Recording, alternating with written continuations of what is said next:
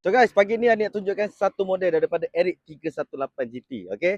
Yang ni memang Adli saja sangat untuk korang nak buat long distance ke, yang mana nak buat pilihan belakang ke, nak selesa, nak comfortable, boleh try ni Eric. Okay, ini Eric 318cc. Kalau ikutkan cc sebenarnya dalam 330 lah. Okay, so untuk dia punya horsepower dia 27.9 horsepower. Dan dia punya torque dia agak pick up sikit untuk motor ni. Dalam 31 Nm torque. Okay, memang pick up gila. Okay, kita tengok dekat bahagian depan lah. Yang ni kalau ikutkan itu Ali dah review dah. Kata apa, kita bagi sekali review sekali lagi untuk korang semua.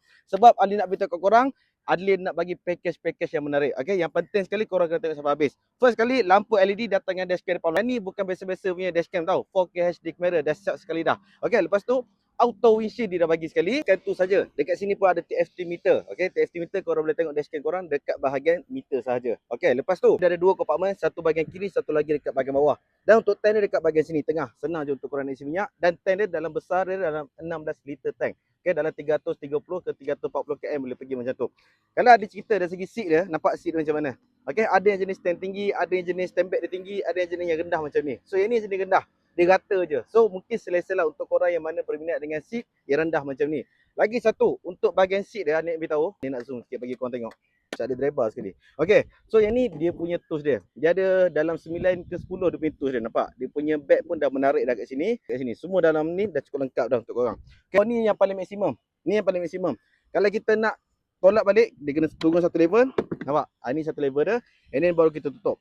Yang dalam seat ni pula kompartmen dia boleh masukkan 2 biji helmet dan juga dengan siap ada lampu sekali. Misal katalah korang cakap motor ni besar lah, takut berat dan sebagainya, jangan risau guys. Berat dia dalam 208 kg saja. Okey. Ketinggian dia dalam 709 mm macam tu lah untuk ketinggian. Untuk Adli 168 memang sesuai lah. Lagipun dia punya feeling bawa dia, dia punya riding position, dia punya apa lagi nak cakap, handling dia bapak sedap serial dia cakap. Memang sesuai untuk korang nak buat daily ke weekend, tak ada masalah pun nak jadikan second motor untuk korang nak buat ride jauh-jauh kan dengan member. So untuk Eric 318 ni kita nak jual harga body dia 22,888 sahaja. Fully package apa yang kita nak bagi kat korang. Kita nak bagi crash bar, spotlight dengan top box sekalian ni bagi kat korang. Dan bukan itu saja. Macam biasa kita nak beritahu siap sekali dengan pelantaran dan juga dengan 5 tahun warranty dan juga unlimited mileage untuk korang kita nak bagi. Okay, so sekarang ni ready stock dengan ada dua color. Yang mana nak test ride untuk motor ni tak ada masalah, boleh datang dekat Enforce Smart Shop yang terbaru dekat Seremban 2. Boleh berjumpa dengan Adi ataupun mesej Adi dulu terdapatkan location. Kalau berminat dengan Eric 318 ni, apa lagi tunggu, terus PM Adli. Alright.